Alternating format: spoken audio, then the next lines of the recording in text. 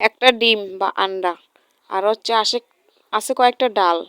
মানুষ 4 জন, বেচালোর আমরা কিভাবে খাবো? তাদের জন্য স্পেশাল রেসিপি, ডিম ডালের মিক্সড রেসিপি। মুগ ডাল আর হচ্ছে কি মসুর ডাল, এটা দিয়ে মিক্সড ডাল করব। আর মুগ ডালটা কিন্তু ভাজবো না, আজকে কাঁচাই এভাবে রান্না করব। মিক্সড ডালটা খুব মজা হয়। এই যে মুগ ডাল মসুর ডালগুলো ধুয়ে রাখছি, এগুলো দিয়ে দিব।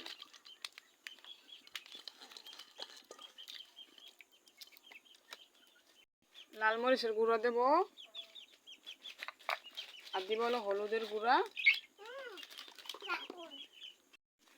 কাঁচামরিচ দিয়ে দিব ফালি, দিয়ে দিব রসুন কুচি, আর হচ্ছে দিয়ে দিব পেঁয়াজ কুচি।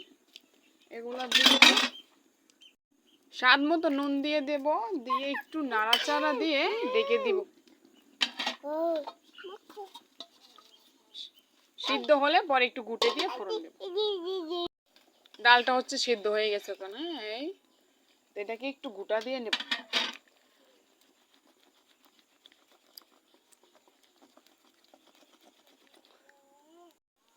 শেষ। এবার এটাকে ডিম দিব আর হচ্ছে গিয়ে ফোড়ন দিব। একটা হাঁসের ডিম ভেঙে দিয়ে রান্না করব।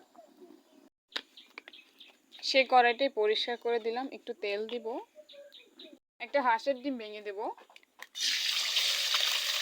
এটাকে একেবারে ঝুড়া ঝুড়া করে নিই।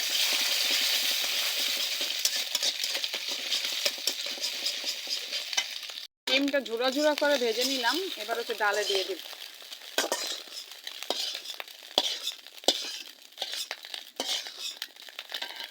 আর একটু তেল দিয়ে দিব ফোড়নের জন্য।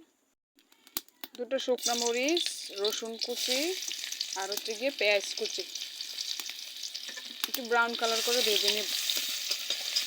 জিরে দিয়ে দিব। জিরাটা দিয়ে নেড়ে চেড়ে একেবারে তাড়াতাড়ি ডালটা দিতে হবে, নাহলে জিরাটা পুড়ে যায়।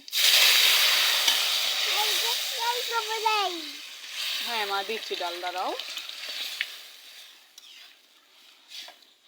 একটু বেশি করে ধনিয়া পাতা দিব, তাহলে শীতের সময় বাজে একটু ডাল ভালো লাগে। হ্যাঁ দিচ্ছি মা, ডাল দিচ্ছি। আমার ছোট মেয়ে তো, 2 বছর বয়স। ডালটা হয়ে গেছে, এবার নামিয়ে নেব। কেমন হয়েছে ডালটা অবশ্যই বলবেন রান্নাটা, আর আমি একটু পরিবেশন করে দেখাচ্ছি যে আমার ডাল কেমন হয়েছে। এবার ঘরে নিয়ে যাব। কি হয়েছে তো ব্যাচেলরদের জন্য 1 ডিমে 4 জন, ডাল দিয়ে কিভাবে খাবেন? তো অবশ্যই কমেন্টে জানাবেন, লাইক করে যাবেন, আর অবশ্যই সাপোর্ট করে যাবেন। আল্লাহ হাফেজ।